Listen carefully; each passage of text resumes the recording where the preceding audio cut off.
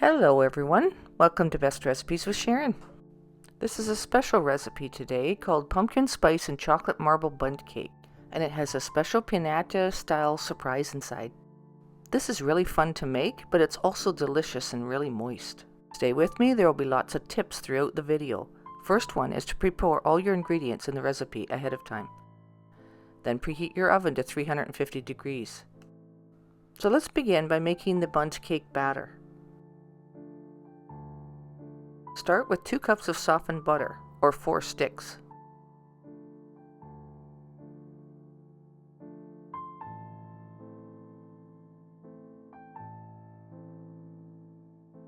Placing that in the mixing bowl, of course, and then whipping it until it's really nice and fluffy.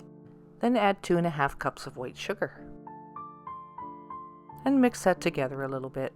Stop and scrape down the sides of your bowls as you need to. Open 6 large eggs into a small bowl and whip them together and add that to your batter. And mix it until it's well incorporated. Then we'll add some dry and wet ingredients alternately.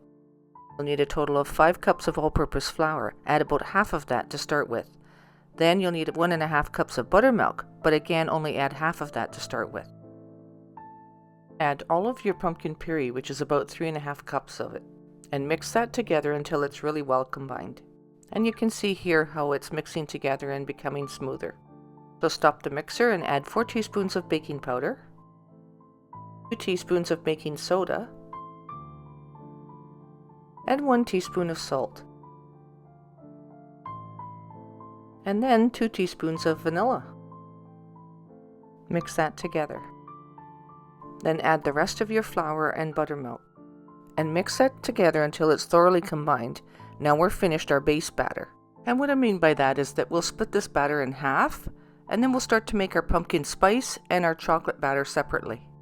Remove the mixing bowl from the mixer attachment and give it a good stir with a large spoon. Then take half the batter and pour it into another mixing bowl. Once you have the two of them separated like this, we can start by making the pumpkin spice bundt batter. So add half a teaspoon of ginger, also half a teaspoon of nutmeg. Finally, 2 teaspoons of cinnamon. Using your large spoon, mix that together until it's really well incorporated. Now, onto the chocolate pumpkin bundt batter. And for this batter, you'll need to add 3/4 of a cup of cocoa and also 3/4 of a cup of light brown sugar. And mix that together until it's really well incorporated. Now we have both batters ready, we're going to prepare our pans. And you prepare your pans at the very last minute using canola oil. I have silicone pans, so you don't absolutely have to grease them, but I find it works a lot better, and I use cake pastry flour just to put on top of that and dust it a little bit. Then you take and spoon each of your batters into the cake pans a bit sporadically. It doesn't matter how you do it. Just a spoonful here and there, and make sure it's kind of evenly distributed between the 2 pans.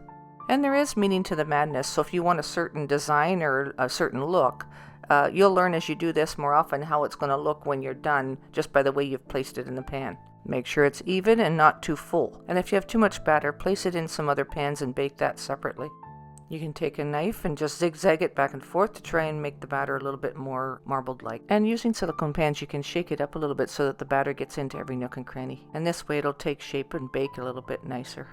Now, depending on your oven, you bake it on the middle rack at 350 to 360 degrees, and depending on your oven again, but probably about 60 minutes, about an hour. And it depends how thick you've made your cake, and the smaller pans will of course take less time. Using a long toothpick or a metal probe, test it and it should come out clean. And these cakes should sit for about 10 minutes before you decide to invert them and remove them from the pans. But having said that, do it while the cake is still warm. Loosen the edges and turn it over quickly, and it should come out easily and well shaped. And don't worry about the little bit of flour that's on it. That doesn't matter. That's just from dusting the pan. So let your cakes cool completely, and we'll go ahead and get some frosting. So let's make ideal buttercream frosting, because this one will hold its shape really well for us.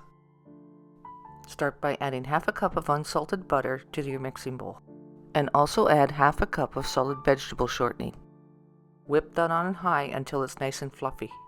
And you'll need to sift some confectioner's sugar. You'll need about 4 cups in total. The sifting ensures there's no lumps in your frosting. Then add 1 teaspoon of vanilla and a pinch of salt. And I add about half of my confectioner's sugar at the start and half towards the end, just to make it mix better. And it's mixing together here fairly well. We just need to add a little bit of moisture. So I add 2 tablespoons of milk. Mix it together and check your consistency. If you need more milk, you can add it then. Now to add a little orange color for our pumpkin. I'm using red and yellow gel food coloring. And it doesn't take very much, so you start with a little bit and we can always add more. Check it out and then add a little bit more until you get the color that you want. Continue mixing until it's thoroughly combined and the color looks nice and even. So it's looking a lot better. This is more like a pumpkin color. Turn the first cake upside down and put a layer of frosting between, and also turn the second layer upside down and line it up on top, making sure that the ribbed areas line up. And continue frosting your cake until you have it all covered. And I use my knife to better define the shape of the pumpkin. It may help to have a little bit of warm water in a cup that you can dip your knife into once in a while. Then I trim the bottom of it to make it look even better defined, taking away any excess frosting and giving it a little better shape. Then I filled the middle of mine with Reese's Pieces, or you can choose whatever candy you desire. Fill it right to the very top because this is going to be the base for your stem. I used some fondant to make my stem and some leaves and vines. And you can get this in small packages. And if you don't have the colors you want, you can color it yourself. Just get white fondant and color it with food coloring. And I just shaped it freehand. If you have a stencil or a pattern to go by, all the better. Alright, so let's cut into this and see what it looks like inside. This is moist and pleasant and not too sweet, and the pumpkin flavor definitely shines through. And what a wonderful finishing touch the M&Ms give it. And this is so much fun to make, but it's even more fun to eat. It's a great fall recipe and excellent for Thanksgiving. And I had a lot of fun sharing this with you.